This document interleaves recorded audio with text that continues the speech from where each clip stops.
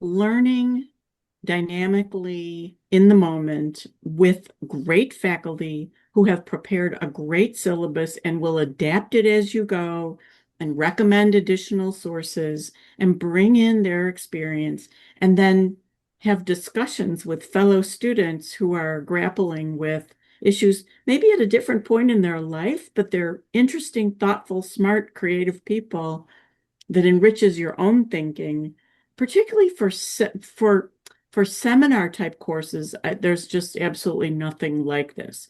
For lecture type classes, again, you're getting the best faculty, and they are so responsive to requests for extra illumination, supplemental materials, whatever it might be. It's all about this remarkable panel, really, of faculty and the way the university attracts really thoughtful students, in my opinion.